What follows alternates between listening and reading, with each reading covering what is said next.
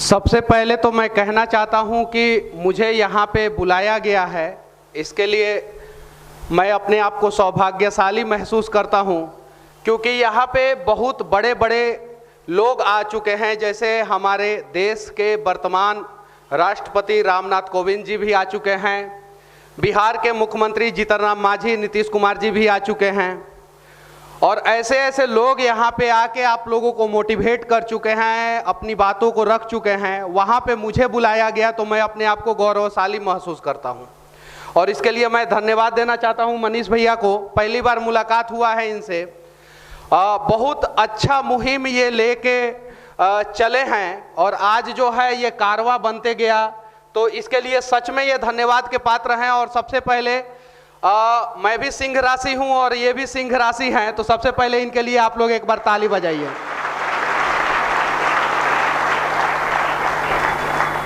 और मुझे उम्मीद नहीं था कि इतने सारे लोग होंगे यहाँ पे। 3-4 संडे से बातचीत चल रहा था, और संजोग से जब संडे होता था तब मैं बाहर चला जाता था किसी ना किसी कारणवश। कल ही मैं आया हूँ मुंबई से, डायरेक्ट यहाँ पे आया, और उसके बाद से मैंने कल रात में बातचीत किया कि हाँ मैं आऊँगा, और मैं यहाँ पे आया हूँ।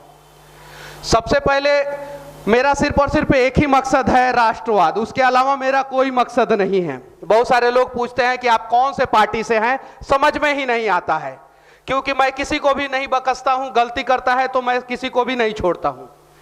मेरा सिर्फ और सिर्फ एक ही पार्टी है, क्योंकि नेशनलिटी जब भी मेरा होता है तो वहां पे इंडियन लिखा जाता है, हिंदुस्तानी लिखा जाता है, तो मैं सिर्फ और सिर्फ हिंदुस्तान की बात करता हूं। और हिंदुस्तान में ही बिहार आता है तो ज्यादातर मैं बिहार की बात करता हूं, और उम्मीद करता हूं कि आप लोग भी इसी चीजों पे बातचीत करेंगे।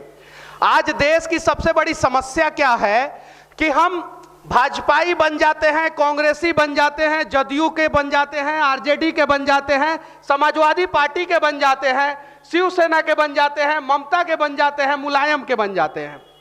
और जब जरूरत पड़ती है देश का बनने के लिए तो हम देश के लिए नहीं बन पाते हैं। इसीलिए हमारा सोने का चिड़िया भारत, दुनिया में सबसे ज्यादा काबिल बच्चे जो है भारत में ही पैदा होते हैं, और सबसे ज्यादा जो है भारत के ही लोग आज के समय में वर्तमान परिदृश्य में परेशान हैं। उसके लिए कोई राजनीतिक पार्टी जिम्मेवार नहीं है, कोई नेता जिम्मेवार नहीं है, कोई सिस्टम जिम्मेवार नहीं है। उसके लिए हम और आप जिम्मेवार हैं। हमें और हम सबको सुधरना है। और जिस दिन हम अपने जीवन का 10%, सिर्फ 10%, ज्यादा नहीं, मनीष भैया ने अपने जीवन का 10% जो है समाज के लिए समर्पित किया है, तो इतना बड़ा कारवा खड़ा कर दिया है। हम सभी अपने जीवन का सिर्फ 10% समाज के लिए और राष्ट्र के लिए समर्पित कर दें, तो शायद जो है हमारा समाज भी बदल जाएगा, राष्ट्र भी बदल जाएगा। 4 बार मैं जेल गया हूं, अनेकों केस मुकदमा मेरे ऊपर हुआ है, अनेकों पार्टियां और बहुत सारी चीजें, फिर भी मैं वही करता हूं जो सही है। हालांकि शुरू में परेशानी होगी, मनीष भैया को भी शुरू में परेशानी हुई होगी, आप लोगों को भी शुरू में परेशानी हुई होगी, बहुत सारी चीज। लेकिन जब आप एक रास्ते पे लगातार चलने का प्रयास करते हैं, देखिए हम लोग धरती पे पैदा होते हैं तो पैदा कोई और करता है, हमें नाम कोई और देता है, पढ़ाता कोई और है, किसी के सहारे से आगे बढ़ते हैं हम। इतना तो हम अपने जीवन में कर सकते हैं ना कि अपने दम पे रास्ता तो कम से कम अपना खुद का बना सकते हैं ना। किसी दूसरे के दिखाए हुए रास्ते पे भी हम चलना अगर शुरू कर दे तो इतिहास के पन्नों में हमारा नाम कहीं खो जाएगा। अगर हमें इतिहास बनाना है, इतिहास के पन्नों में गुम नहीं होना है, तो हमें जीवन में कम से कम एक काम खुद के काबिलियत पे करना होगा और अपना रास्ता खुद के दम पे बनाना होगा। जिस दिन हम लोग अपना रास्ता खुद के दम पे ईमानदारी पूर्वक, सही रास्ता, दाऊद इब्राहिम ने भी रास्ता बनाया था लेकिन वो गलत रास्ता बनाया था, सही है कि नहीं है? ओसामा बिन लादेन ने भी अपना रास्ता बनाया था लेकिन उसने गलत रास्ता बनाया था। सही रास्ता हम लोग अगर अपना बनाना शुरू कर दिए तो इतिहास के पन्ने में हमारा नाम खोएगा नहीं, हमारा इतिहास के पन्ने में नाम लिखा जाएगा। उसके लिए हम सबको प्रयास करना होगा। बहुत सारे युवा होंगे यहाँ पे, बहुत सारे यूथ होंगे। मैं अभी कोटा से आया हूँ, मैं यहाँ से निकला, कोलकाता गया, फिर जयपुर, कोटा गया, वहां से मुंबई और फिर यहाँ पे आया हूँ। 7 दिन का मैं सफर बता रहा हूँ। कोटा गया था, वहां पे 25 लाख लोगों को रोजगार मिला है कोटा में। कोटा की जनसंख्या 17 लाख, सिर्फ 17 लाख जनसंख्या है पूरा कोटा का। रोजगार कितने लोगों को मिला है? 25 लाख लोगों को, प्रत्यक्ष और अप्रत्यक्ष रूप से। समझने की जरूरत है। एक राजस्थान में कोटा जो है 25 लाख लोगों को रोजगार देता है प्रत्यक्ष और अप्रत्यक्ष रूप से। ऐसे 4 कोटा बिहार में खड़ा किया जा सकता है, भागलपुर, गया, पटना और मोतिहारी में चारों स्टूडेंट हब है। 4 कोटा खड़ा किया जा सकता है। 1 करोड़ लोगों को रोजगार बिहार में जो है सिर्फ और सिर्फ एजुकेशन सेक्टर दे सकता है, लेकिन हम खड़ा करने का प्रयास नहीं करते हैं। जरूरत पड़ता है तो लालू के लिए लाठी उठा लेते हैं, नीतीश के लिए लाठी उठा लेते हैं, बीजेपी के लिए लाठी उठा लेते हैं और कांग्रेस के लिए लाठी उठा लेते हैं। जब बात आती है बिहार की तो हम कहीं नहीं तो कहीं पीछे हट जाते हैं। क्यों ऐसा करते हैं हम लोग? दुनिया में पूरे हिंदुस्तान में सबसे ज्यादा काबिल बच्चे कहां पैदा होते हैं? बिहार में। मैं आंध्र प्रदेश गया था, वहां के डीजीपी से मेरी बातचीत हुई थी। संजोग से वो डीजीपी बिहार के थे, रिटायर्ड डीजीपी थे। उन्होंने कहा एक बात तो मुझे रोना आया। उन्होंने कहा कि बिहार की माताएं और बहनें जो है बच्चा पैदा करती ही हैं आज के समय में दूसरे राज्यों में जाके कल कारखाने में मजदूरी करने के लिए। मैं सही हूं या गलत हूं? आज से पहले जो है आप उठा के देख लीजिए, उत्तर प्रदेश में चले जाइए, टॉप 10 आईएएस आईपीएस में 5 बिहार के होंगे। महाराष्ट्र में चले जाइए, अभी 2 आईएएस आईपीएस का इंटरव्यू लेके आया हूं महाराष्ट्र में। अभी मैं 26/11 में पिस्टल लेके आतंकवादियों से लोहा लेने वाले अपने बिहार के थे। अभी महाराष्ट्र में जो मुंबई का सबसे डेंजर समस्या होता है ट्रैफिक, वो ट्रैफिक के वो कमिश्नर हैं। वो महाराष्ट्र में चले जाइए, 10 आईएएस आईपीएस में 5 बिहार के होंगे। तेलंगाना में चले जाइए, इस देश के किसी भी राज्य में चले जाइए, वहां के 10 टॉप आईएएस आईपीएस में बिहार के। सबसे बढ़िया मजदूर बिहार के, इंजीनियर डॉक्टर बिहार के, ट्रेन को चला रहे हैं बिहार के लोग, सब कुछ कर रहे हैं बिहार के लोग देश के हर एक कोने में। फिर बिहार के लिए क्यों नहीं कुछ कर रहे हैं? हम पढ़ाई करते हैं, सब कुछ करते हैं और जाते हैं बाहर और उसके बाद से बिहार को भूल जाते हैं। क्यों ऐसा करते हैं? मेरा सिर्फ और सिर्फ एक ही अल्टीमेट गोल है। मैं अगर अपने देश का एक राज्य बिहार के लिए अगर कुछ कर सकूं तो मैं अपने आप को गौरवशाली महसूस करूंगा, अपने आप को धन्यवान महसूस करूंगा कि बिहार की धरती पे मैं पैदा हुआ हूं, मैंने कुछ तो किया है। और इसीलिए ज्यादातर समय मैं बिहार की बात करता हूं, ज्यादातर समय, और हम सबको करना होगा। आज एक पुल बनता है मुजफ्फरपुर में, 8 करोड़ रुपया में पुल बनता है, दह जाता है। फिर दूसरा पुल बनता है 8 करोड़ रुपया में, उसका अप्रोच रोड दह जाता है। फिर 2.5 करोड़ रुपया पास होता है, क्योंकि पुराना वाला पुल जो दहा है उसको हटाया जाएगा, तब उसका अप्रोच रोड सही होगा। क्यों ऐसा क्यों? मुजफ्फरपुर में स्मार्ट सिटी के नाम पे जो है जाके जो है एक मोटरसाइकिल से पति पत्नी जाके गड्ढे में गिर जाते हैं, मुंबई में भी गिरते हैं। लेकिन सबसे ज्यादा समस्या यहां पे होता है। इसके लिए नीतीश कुमार दोषी नहीं है, इसके लिए लालू प्रसाद यादव दोषी नहीं है, इसके लिए वो सिस्टम जिस सिस्टम में हम बिहारी बैठे हैं, हम ही बैठे हैं ना उस सिस्टम में, तो उसे दुरुस्त करने की जरूरत हम सबको है। और जिस दिन हम लोग दुरुस्त कर देंगे ना, उस दिन शायद जो है मैं दावे के साथ कह सकता हूं हमारे पास सब कुछ है यार। सोना का सबसे बड़ा खदान बिहार में मिला है, सरकार नहीं चाहती है कि उसकी खुदाई हो। क्यों? क्योंकि बिहार सबसे अमीर राज्य बन जाएगा। हमारे यहाँ खदान है, हमारे यहाँ पेट्रोलियम मिला है, बक्सर और समस्तीपुर में पेट्रोलियम मिला है, हमारे यहाँ मेहनती मजदूर है, हमारे यहाँ एजुकेशन सिस्टम को सिर्फ और सिर्फ हेल्थ सिस्टम को रिफॉर्म कर दिया जाए तो सारा चीज सही हो जाएगा। लेकिन वो रिफॉर्म कौन करेगा? हमारे यहाँ का विधायक सांसद थोड़ी रिफॉर्म करेगा, नहीं, वो रिफॉर्म हम और आपको करना पड़ेगा। ये काम तो मनीष भैया कर रहे हैं ना। एक एक काम सिर्फ और सिर्फ हम लोगों को उठा लेना है। बस एक आदमी अपने गांव के एक स्कूल को दुरुस्त करा ले, एक आदमी अपने शहर के ट्रैफिक सिस्टम को दुरुस्त करा ले, एक सिस्टम को दुरुस्त करा ले, एक आदमी एक प्राथमिक स्वास्थ्य केंद्र को दुरुस्त करा ले, एक आदमी एक ब्लॉक को दुरुस्त करा दे, एक आदमी एक डीटीओ कार्यालय को दुरुस्त करा ले, एक आदमी एक डीईओ कार्यालय जो जिला शिक्षा पदाधिकारी का कार्यालय होता है उसको दुरुस्त करा ले, तो पूरा बिहार दुरुस्त हो सकता है, पूरा बिहार। लेकिन हम लोग सिर्फ और सिर्फ ये सोचते हैं कि काबिल लोग तो हैं ही हम लोग, कहीं नहीं तो कहीं रोजगार मिल ही जाएगा, बिहार में नहीं मिले बिहार से बाहर मिल जाए, और मिल ही जाता है। एक्चुअल में हम लोगों को रोजगार मिल ही जाता है और उसी में हम लोग खो जाते हैं। बस सिर्फ और सिर्फ अपने जिंदगी का 10% हम लोगों को देना पड़ेगा और बिहार के लिए देना पड़ेगा।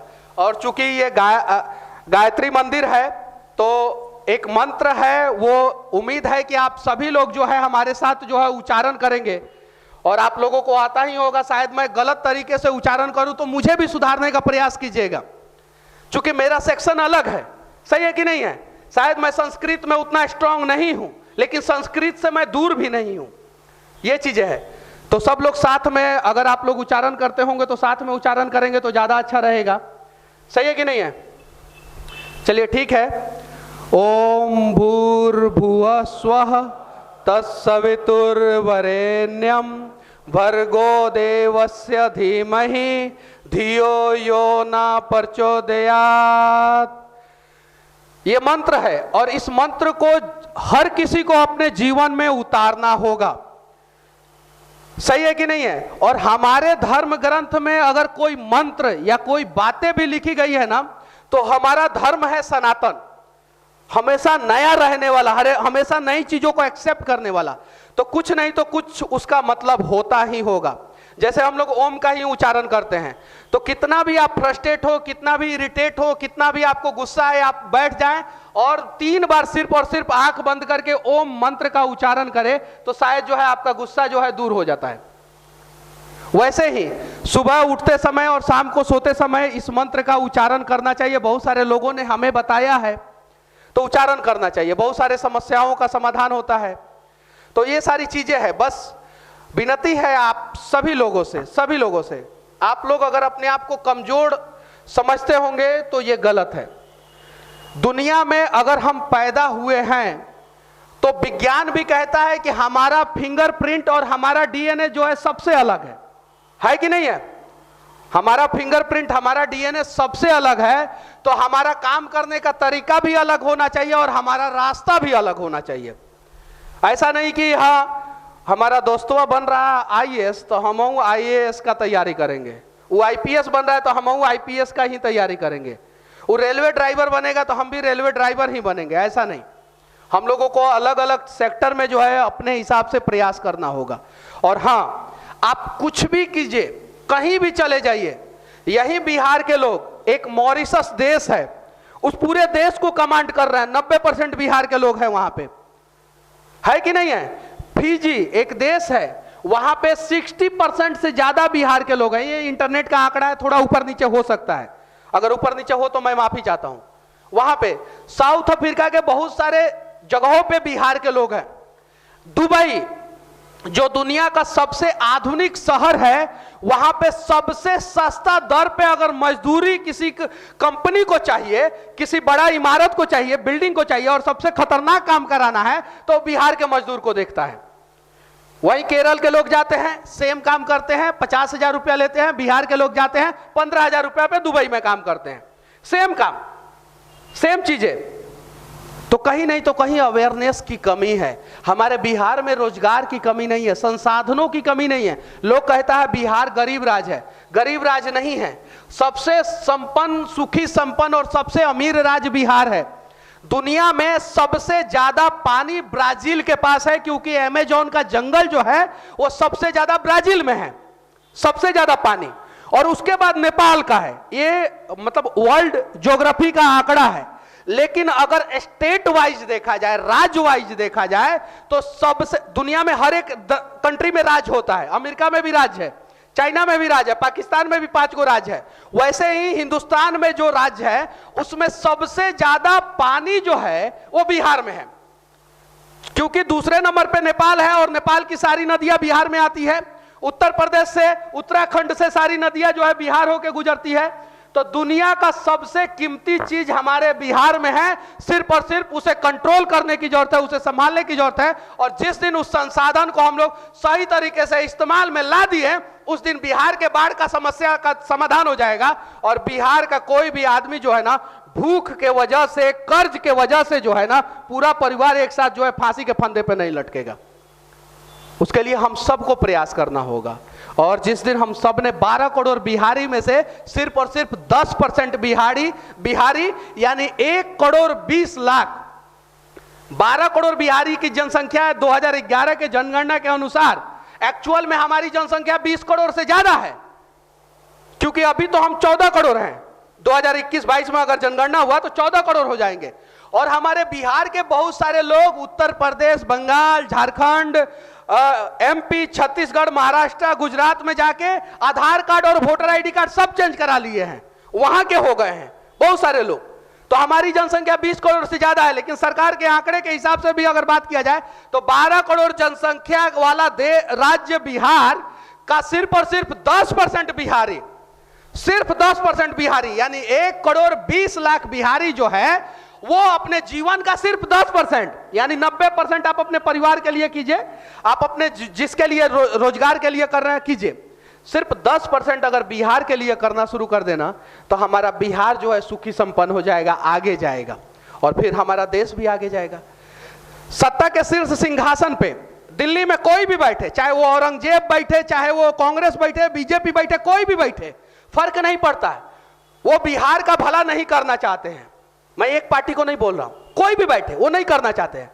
जब तक बिहार का भला नहीं होगा, वो लोग ये सोचते हैं, तब तक दूसरे राज्य में बिहार के मजदूर सस्ते में मजदूरी करेंगे। हरियाणा में गया था, मेरा एक दोस्त है, वो बता रहे थे कि स्टेशन पे ही जब धान की बुआई होती है ना, तो ट्रेन में जाके बिहारी को पकड़ लिया जाता है स्टेशन पे ही, चलो खेत में बुआई करो। कश्मीर में गया था, अभी कश्मीर से, अभी मुंबई जाने से पहले मैं कश्मीर में ही गया था, वहां पे 6,000 रुपया में एक होटल में बिहारी काम करता है, सिर्फ 6,000 रुपया में। जान की बाजी लगा कि कश्मीर की बात कर रहा हूं मैं, डल लेक की बात कर रहा हूं, वहां पे बात कर रहा हूं। होटल का मालिक कश्मीरी रहेगा, लेबर कौन रहेगा? बिहार का। वहां का शौचालय कौन साफ करेगा? बिहार का। पैसा कितना मिलेगा? 6,000 रुपया। डल लेक के सामने, डल लेक जो है उसके सामने लाल चौक से सिर्फ और सिर्फ 1.5-2 किलोमीटर की दूरी पे मैं बात बता रहा हूं। लाल चौक जो सबसे खतरनाक एरिया बोला जाता है ऐसे, वहां पे छोला कौन बेचेगा? बिहार का। बादाम कौन बेचेगा? बिहार का। गन्ने का जूस कौन बेचेगा? बिहार का। और आतंकवादी गोली किसको मारते हैं? बिहारी को। इस दर्द को समझना होगा। इस दर्द को जिस दिन हम लोगों ने समझ लिया, मुंबई में आज पूरे दुनिया में सबसे ज्यादा सरकारी अस्पताल और ये नर्सिंग होम और पैथ लैब, पूरी दुनिया का मैं बात कर रहा हूं, सबसे ज्यादा अगर किसी एक शहर में है तो वो पटना में है, सबसे ज्यादा। और ये मेरा आंकड़ा नहीं है, स्वास्थ्य विभाग का आंकड़ा है। 4500 अस्पताल जो है रजिस्टर्ड है और 4500 पैथ लैब जो है वो पटना में रजिस्टर्ड है। पटना में, उतना दिल्ली और मुंबई में भी नहीं है, उतना रजिस्ट्रेशन है। और सबसे खराब स्वास्थ्य व्यवस्था कहां का? अपने बिहार का। क्यों भाई, क्यों ऐसा? क्यों? इस दर्द को हम लोगों ने समझने का प्रयास क्यों नहीं किया है? क्यों? मैं हर वीडियो के आखिरी में जय हिंद बोलता हूं, जय बिहार नहीं बोलता हूं। मेरे हिंद का जय होगा तो बिहार का भी जय होगा, मैं ये सोच के चलता हूं। बहुत सारे राज्य में चले जाइएगा, वहां का नेता जय हिंद और उसके बाद अपने राज्य का नाम लेता है। मेरा नेशनलिटी इंडियन है, मुझे हिंदुस्तान से बहुत प्यार है, लेकिन बिहार में पैदा हुआ हूं तो बिहार से भी तो प्यार मुझे होना ही चाहिए ना। और वही प्यार जो है कभी कभी जो है अनेकों समस्या का कारण बन जाता है। लेकिन उन समस्याओं से घबराना नहीं है हमें। हमें बहुत सारे, किसी भी पार्टी का नेता मुझे पसंद नहीं करता है, किसी भी पार्टी का नेता नहीं पसंद करता है। मत करने दो पसंद, कोई फर्क नहीं पड़ता। आपको भी बहुत सारे लोग जब आप अलग काम करना शुरू करेंगे हम नहीं पसंद करेंगे, मत करने दीजिए, फर्क नहीं पड़ता। लेकिन आप ईमानदारी से अच्छा काम कीजिए। ईमानदारी से गलत काम भी करके आप विजय माल्या बन के विदेश भाग सकते हैं। वो भी अपना काम किंगफिशर के लिए ईमानदारी से किया था ना, वो काम नहीं करना है, ईमानदारी से अच्छा काम करना है।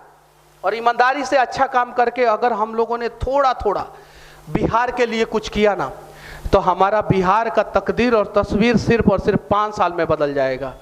जब कोई रिक्शा वाला लिपट के रोना शुरू कर देता है मुंबई में मेरे से, तो दर्द होता है। जब कश्मीर में आके कोई कहता है कि मनीष भैया ये समस्या है लेकिन हम वीडियो में नहीं आ सकते हैं, तो दर्द होता है।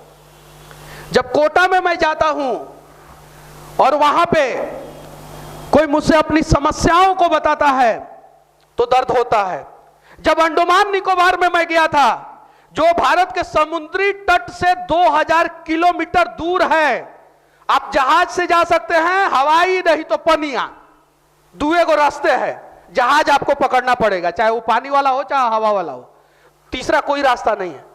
वहां पे जब कोई बिहारी कहता है कि मेरे घर पे मेरी बीवी मर गई थी और 3 दिन बाद मैं पहुंचा मनीष जी, और मेरा 3 साल का एक बच्चा था और एक 1.5 साल का बच्चा था, तो दर्द होता है। और ये दर्द जो है सबको होना चाहिए। क्यों हमारे यहाँ के नेता के बच्चे जो है दून स्कूल में पढ़ते हैं, दून स्कूल में, और अगले दिन फेसबुक पे फोटो डाला जाता है कि दून स्कूल में मेरा बच्चा जो है जबरदस्त परफॉर्मेंस किया है। हमारे यहाँ के सरकारी स्कूल में हमारे यहाँ के नेताओं के, सरकारी अधिकारियों के बच्चे क्यों नहीं पढ़ते हैं? हमारे यहाँ के आईएएस आईपीएस के बच्चों का इलाज और बीबी का इलाज क्यों नहीं सरकारी अस्पताल में होता है? बेतिया सरकारी अस्पताल में मैं गया था, एक आदमी मुझसे लिपट के रोने लगा। जब मैंने पता किया कि क्या समस्या है, तो उन्होंने बोला कि 1.5 साल पहले, 1.25 साल पहले मेरी शादी हुई थी और मेरी बीबी मर गई, और वो इसलिए मर गई क्योंकि गलत तरीके से इलाज किया गया। तो दर्द होता है, और उस दर्द का शिकार आप किसी ना किसी मोड़ पे हो जाएंगे, कोई गारंटी नहीं है। रोड एक्सीडेंट होता है, हर जगह रोड एक्सीडेंट होता है। आंकड़ों में दैनिक भास्कर में और हिंदुस्तान में पेपर में खबर छपा था कि बिहार की सड़कें लाल हो रही है। क्यों उन समस्या पे हम लोग ध्यान नहीं दे रहे हैं? पिछले 70 साल में आतंकवादी घटने में जितना मौत नहीं हुआ है, जितना बॉर्डर पे युद्ध में मौत नहीं हुआ है, नक्सलवादी हमला में जितना मौत नहीं हुआ है, उससे 10 गुना ज्यादा मौत एक साल में सड़क हादसों में हो जाता है। क्यों नहीं चर्चा करते हैं हम लोग? इन सब चीजों पे समझना होगा। आप पढ़ाई कीजिए, बहुत बढ़िया, आईएएस आईपीएस बन जाइए, डॉक्टर इंजीनियर बन जाइए, आप रेलवे ड्राइवर बन जाइए, आप अग्निवीर बन जाइए, आपको जो बनना है बन जाइए, प्रधानमंत्री मुख्यमंत्री बन जाइए। नीतीश कुमार है ना मुख्यमंत्री, लालू प्रसाद यादव थे, उसके पहले भी बहुत सारे लोग मुख्यमंत्री थे। जो बनना है बन जाइए, लेकिन जिंदगी का 10% जो है आप अपने राज्य और आप अपने देश के लिए दीजिए। और जिस दिन आप अपने देश और राज्य के लिए 10% देंगे ना, उस दिन सारा समस्या का समाधान हो जाएगा। हम हिंदुस्तानियों को उदाहरण दिया जाता है चीन का, इजराइल का, अमेरिका का, इंग्लैंड का, जर्मनी का, जापान का उदाहरण दिया जाता है कि नहीं दिया जाता है? सिर्फ 10% हम लोग अपना देना शुरू कर दे तो पूरी दुनिया जो है ना हिंदुस्तान का उदाहरण देगा। और बिहारी अगर 10% बिहार को देना शुरू कर दे तो पूरा हिंदुस्तान जो है ना वो बिहार का उदाहरण देगा। आज हम कहते हैं कि एक बिहारी 100 पे भारी, कहते हैं कि नहीं कहते हैं? कहते हैं ना। लेकिन बिहार से बाहर जब कहता है ना कोई कि एक बिहारी 100 बीमारी, तो बड़ा दुख होता है। हम लोग अपने मन को सांत्वना देने के लिए कहते हैं कि एक बिहारी 100 पे भारी। मैं मुखर्जी नगर गया था वीडियो बनाने, एक अभी कुछ दिन पहले आईएएस आईपीएस का दर्द दिखाने, एक वीडियो बना लिया था, दूसरा वीडियो बना रहा था। वहां पे कम से कम 50 बिहारी थे, रियल घटना बता रहा हूं अभी। 50 बिहारी थे, 50 बिहारी और महाराष्ट्र के भी बच्चे थे, कुछ बाहर और भी राजस्थान के भी बच्चे थे। वहां पे वीडियो बना रहा था, 2 लोकल लोग आए वहां पे, 2 लोकल लोग, और उन्होंने गाली देना शुरू किया। मैं चाहता तो उन लोगों का शिकायत जो है वो थाने में कर सकता था। मैं चाहता तो 50 लोग थे हम लोग, चाहता तो उन लोगों को एक एक तबड़ाक मारते ना तो उन लोगों का कोई भी पता नहीं चलता, उन दोनों का पता नहीं चलता। लेकिन उसी में से एक बिहारी भाई मुझसे बोला कि मनीष भैया कुछ भी मत बोलिएगा, नहीं तो आप तो बोल के चले जाइएगा, हम समस्या में फंस जाएंगे। हम तो बोल के चले आते मुखर्जी नगर, जहां पे आईएएस आईपीएस का गढ़ होता है, खदान है, जहां पे सबसे ज्यादा आईएएस आईपीएस के बच्चे तैयारी करते हैं। उन लोगों के वजह से मैंने कुछ नहीं बोला, सुन लिया उन लोगों की बातें, सारा बातें सुन लिया, गाली दिए वो लोग, सुन लिया। सुनना पड़ता है हम लोगों को बाहर। लोग समझते हैं कि कहीं कहीं हम लोगों को भी पीछे हटना पड़ता है। सुना मैं, क्यों सुना? क्योंकि मैं अगर वहां पे टाइट होता, थाने में फोन करता, वो लोग दारू पिए थे, तो आज तो मेरी जीत हो जाती, उस समय तो मेरी जीत हो जाती। लेकिन बाद में हमारे बिहारी भाइयों को हॉस्टल में घुस घुस के मारता, सब मैं क्या करता? इन समस्या का समाधान और इन समस्या का रास्ता ढूंढना होगा, और हम लोग ढूंढ सकते हैं ईमानदारी पूर्वक। बस हमें प्रयास करना होगा और सच्चे मन से प्रयास करना होगा। और अगर हम लोगों ने प्रयास किया तो रास्ता मिलेगा।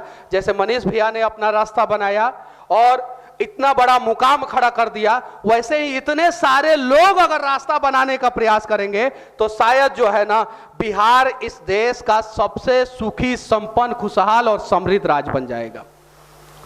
बस इतना ही।